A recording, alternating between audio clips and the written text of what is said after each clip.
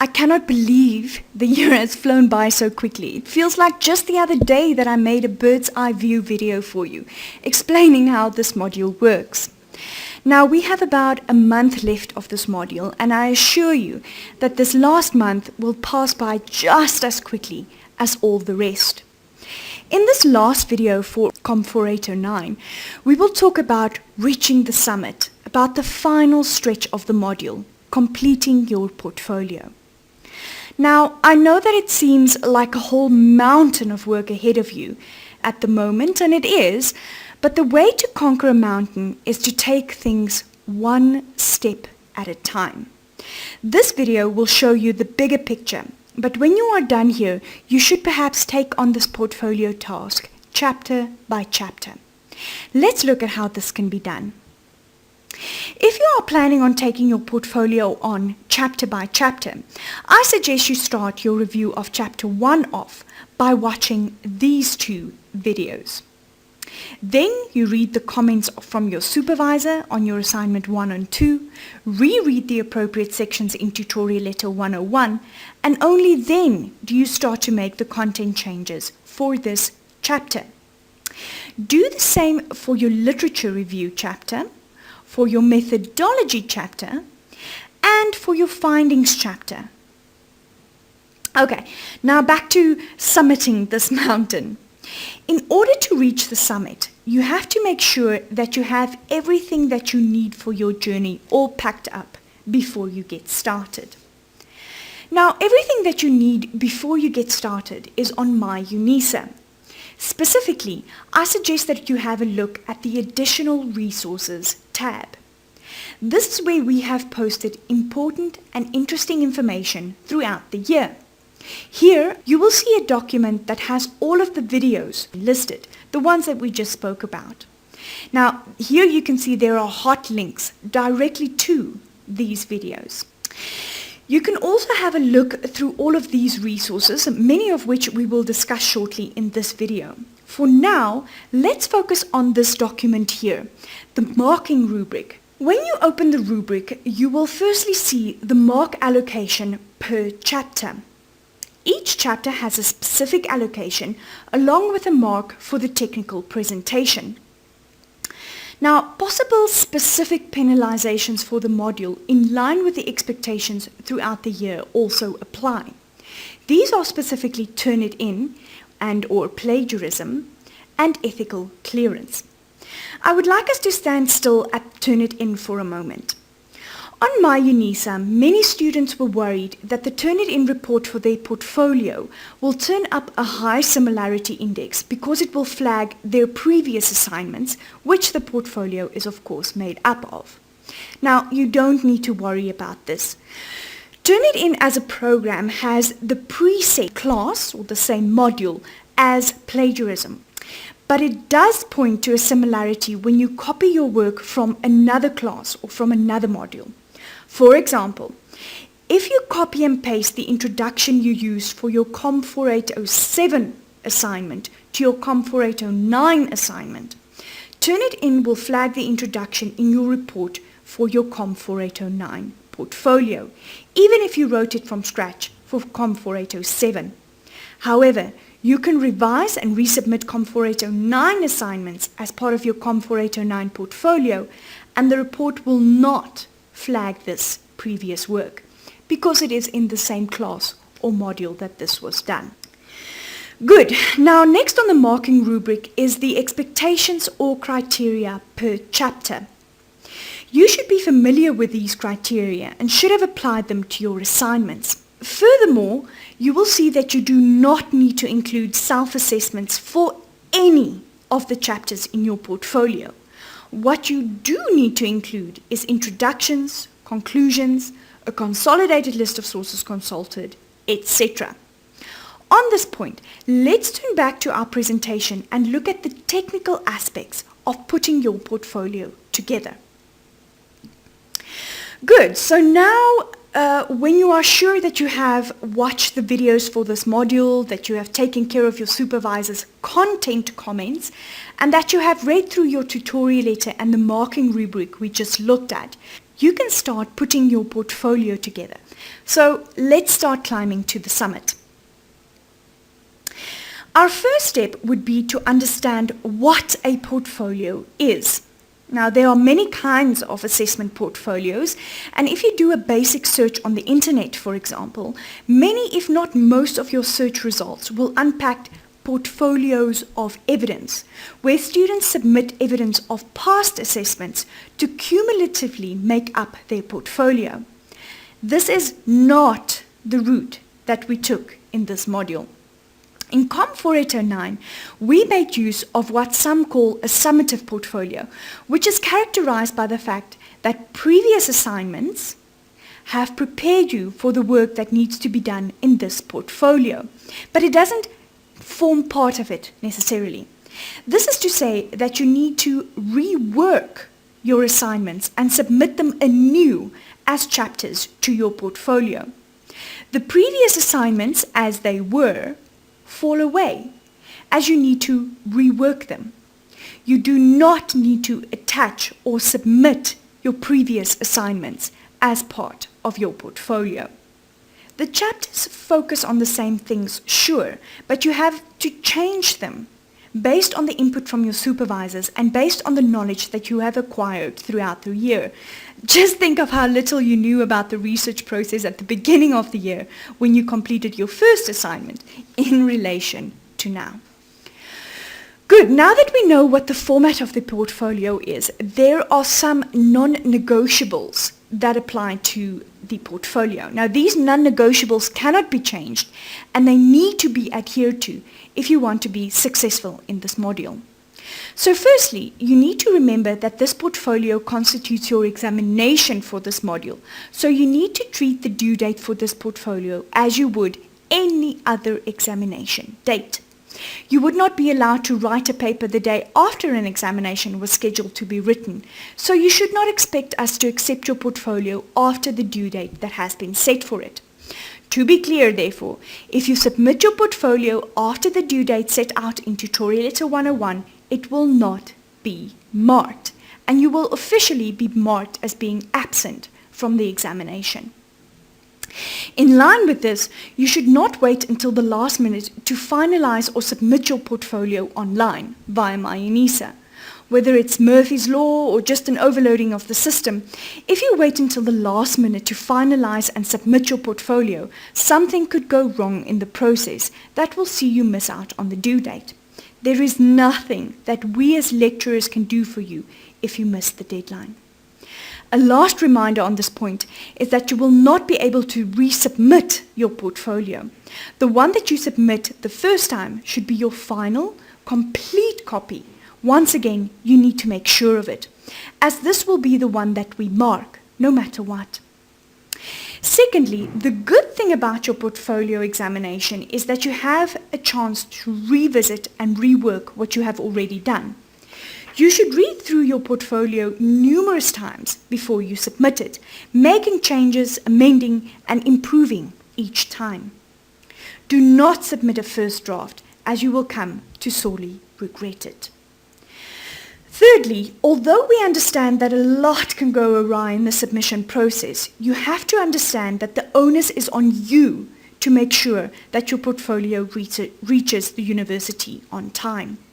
You need to make sure of it, and you need to retain proof of having submitted it. Remember also, therefore, to make a copy of the entire portfolio that you can resubmit or produce to your supervisor at a moment's notice. Once again, this is an examination, so there really is no room for error. Good. Now that we know what a portfolio is and we understand all of these non-negotiables, let's look at what the portfolio for this module would look like. As you can see, the portfolio starts with the title page, whereon your topic, your student number, etc. is given. This is followed by your declaration of own work submitted. After your declaration, you have your table of contents. Now please note that you should have only one table of contents for your entire portfolio. You will thus have all of your contents in here. As you can see, you have chapter 1, 2, 3, and 4 here. The names or headings of these chapters should be the same as the corresponding assignment. For example, chapter 3 is called Designing the Research Strategy. Another two things that I want to show you here is that each chapter in the portfolio has its own introduction and conclusion. If you have a look at any academic book or even a master's dissertation or doctoral thesis, you will see that each of the chapters will have its own introduction and conclusion. You should also have an introduction and conclusion for each chapter, which outlines, introduces, and concludes the chapter specifically. Now, if you look under the additional resources again on my UNISA, you will see that I posted an infographic of sorts for you. This infographic is developed by the University of Melbourne. It tells you all about writing an introduction and conclusion.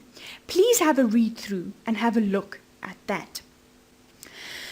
Okay, now 3 specific things that I want to tell you about your introductions and conclusions for this portfolio is, firstly, that you should always refer to your previous chapter in a next chapter's introduction.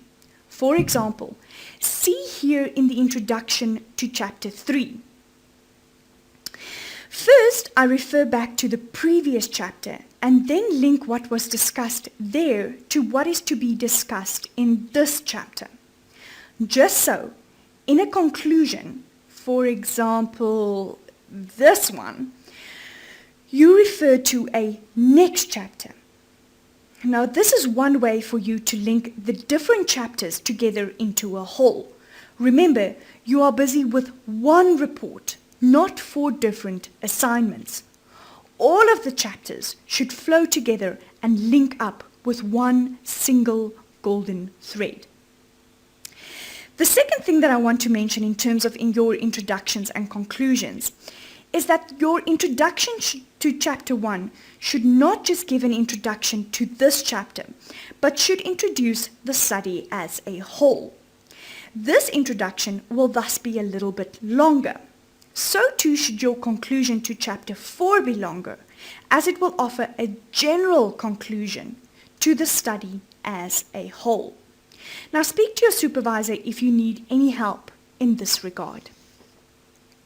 The third and last thing that I want to mention in terms of introductions and conclusions is that there was a question on my UNISA regarding the use of references in your introductions and conclusions. References in introductions and conclusions should preferably be avoided and only included if completely necessary. For example, if you give a definition.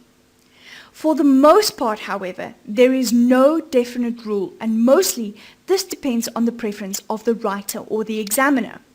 Please, therefore, play it safe and avoid references in these sections if you can. The last thing that I want to show you on this mock-up of a portfolio here is that your list of sources consulted should be a consolidated list of all of the sources that you used throughout your portfolio. There should not be a separate list for each chapter. There should be only one list, and it should be in alphabetical order. Now, if you have any trouble with this, please watch this first video under how to reference in the website that we told you about before. If you do not have a link for this website, please email your supervisor or even me, and we will forward it to you. The website also has information on introductions, conclusion, labeling of tables and figures, and the like that you should please familiarize yourself with if you have not done so already.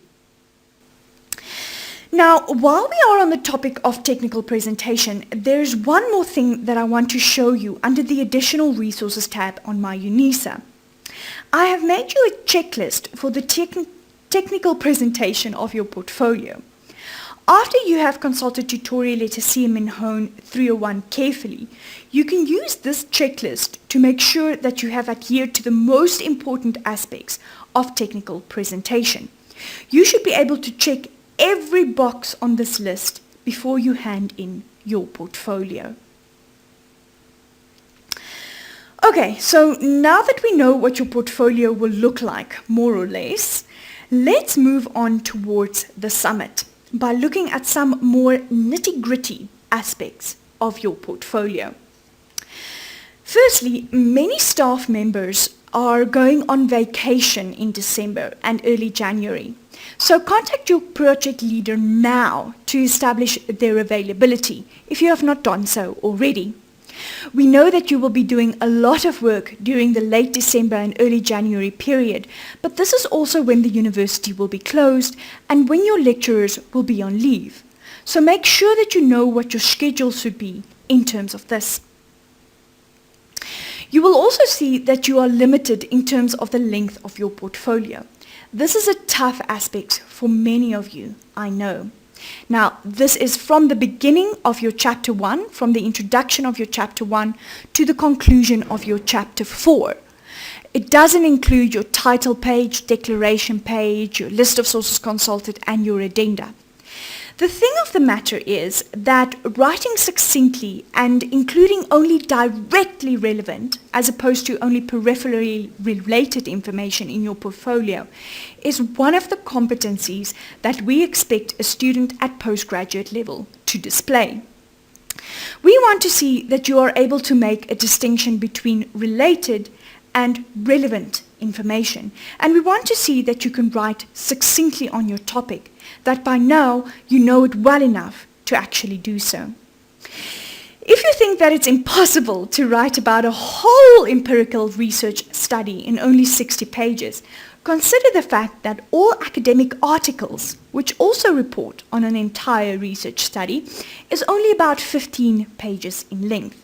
It is therefore definitely possible, but you will have to work really hard at it. The next aspect that I want to talk about is planning. Now, there is a month left before the due date for this portfolio. If you want to make sure that you submit a few days before, so as to make sure that no technical glitches or other problems bother you in your submission, you will have to move your own deadline up by a few days. Then you have to account for your submission to turn it in, which also takes a few or a couple of days, assuming that you have to rework parts of your report. Then you have to account for the fact that you will have to read and rework your report to sort out any spelling, grammatical or syntactical errors, which could take a full day or more with a report this size. Now, I'm sure you can see where this is going. Pretty soon, the date by which your portfolio is due will be upon you. Make sure that you start immediately. Start this afternoon already, and don't stop until you have a masterpiece that you can be absolutely proud of. Okay, we all know that the journey that you have taken and that you will still take with your honors degree is very hard. We don't underestimate that. Please take our word for that. When years back, when I was still doing my degree, I came to a winter school that UNISA presented to its postgraduate students, and I remember one of the lecturers saying that there is nothing that they can do to make the road easier for a student. This is unfortunately a truth that I have come to understand. At postgraduate level, a lot is expected of a student. This is, after all, an advanced degree that asks for advanced skills and advanced thinking.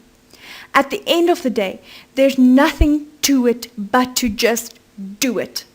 I implore each one of you to please do your very best. Good luck.